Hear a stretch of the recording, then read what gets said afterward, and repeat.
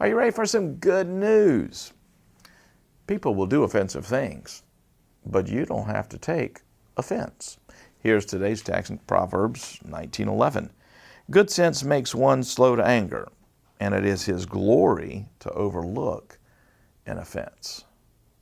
If you're like me, and most people, the sight of injustice makes you angry. I'd like to say that my righteous indignation is focused daily on the highest forms of injustice in the world, like unfair economic systems and flawed criminal justice systems. But sadly, most days, I'm more likely just to get upset about the injustice of someone breaking into my lane in traffic. I'm embarrassed to confess that some years ago, while on a college exploratory trip with my daughter, I became utterly focused on keeping a driver out of my lane.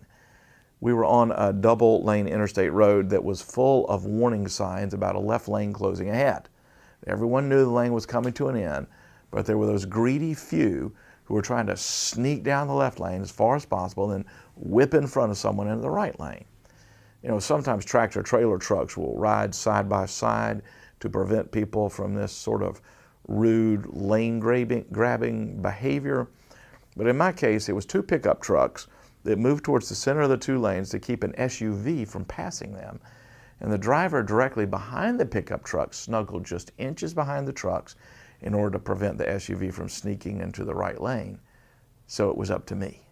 I couldn't break the chain. So I hugged the rear bumper of the car in front of me.